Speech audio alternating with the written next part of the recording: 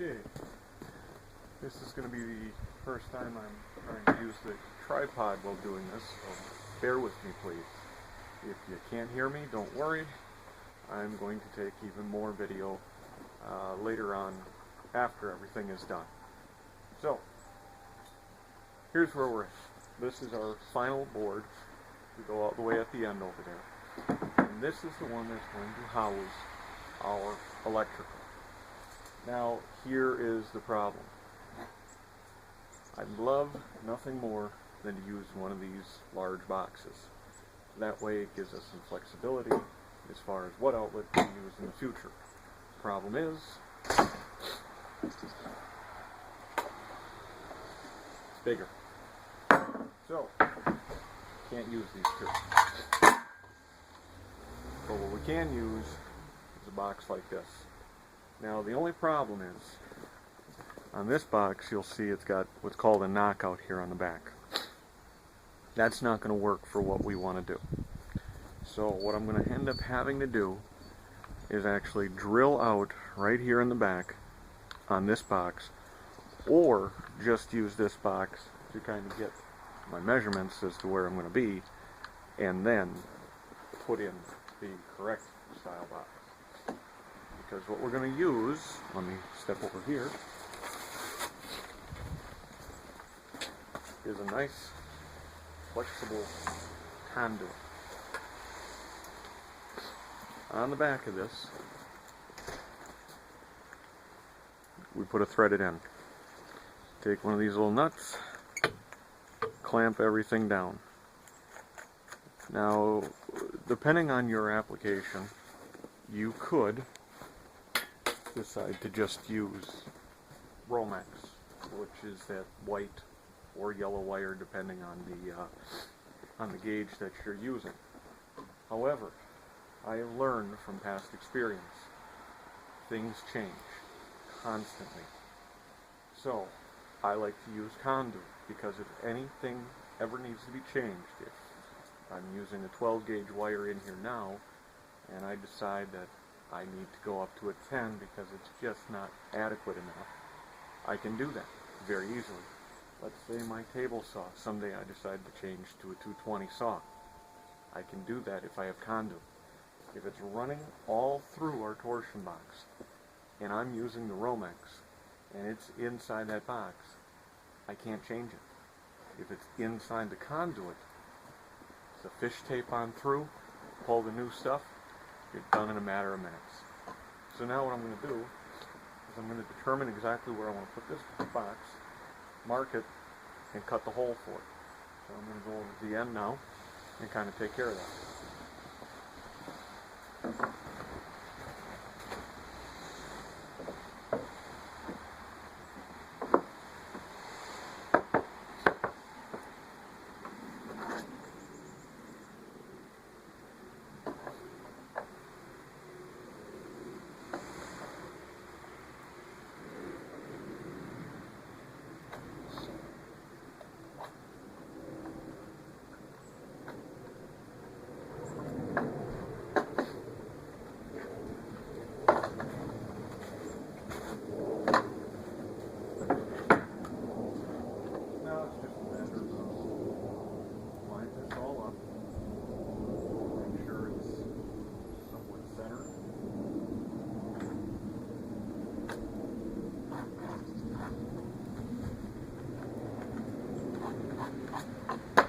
Kind of trace it out.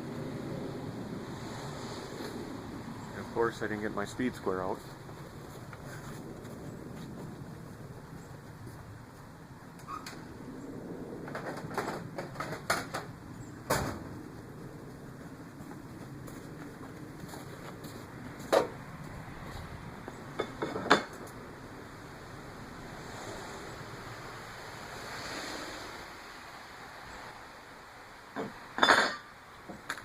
So, now we've got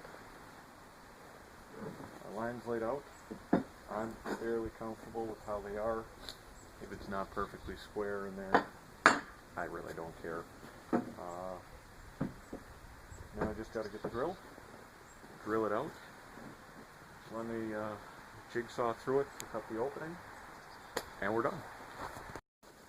Okay, got my drill bits out. I am going to go ahead and use these auger style, and part of the reason why I'm doing this is I'm trying to get the correct size, and I'm going to need to drill the back of that box out to work with the conduit.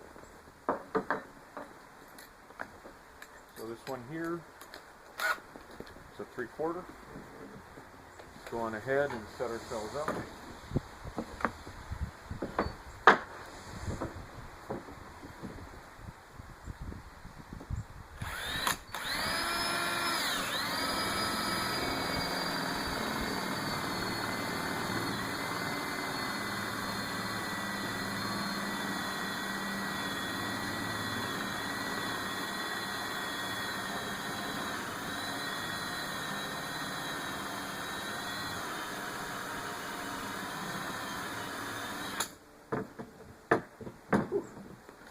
Going a lot harder than it should.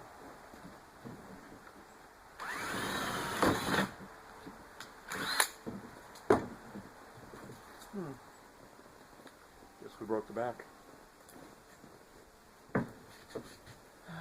Oh well.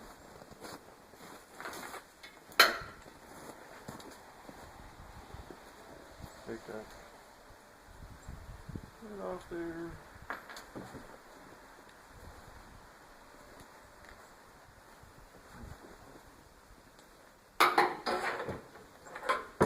I like it.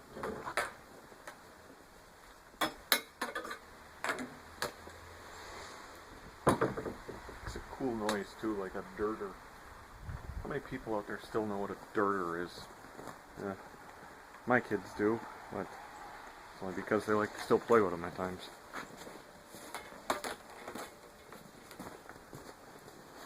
Okay, wouldn't be woodworking with ADD if we didn't change gears midstream and throw stuff around. I don't know how some of you guys do this while you're right on camera the whole time. It drives me nuts. I feel like I'm on display for the whole world. Every little screw up is right there.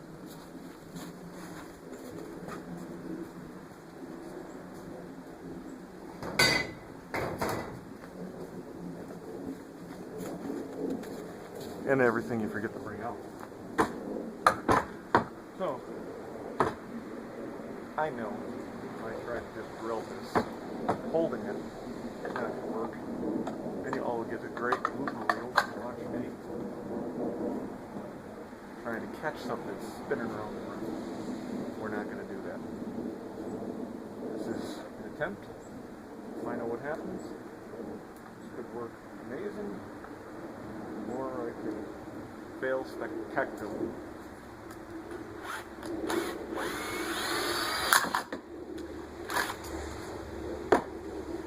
And we failed spectacularly.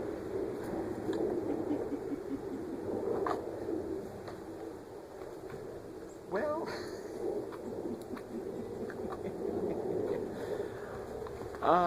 I think what we're going to do is we're going to go ahead and run to the store and get one of those metal boxes that has the actual knockouts.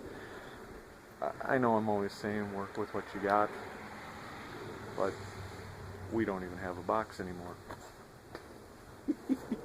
Oh well.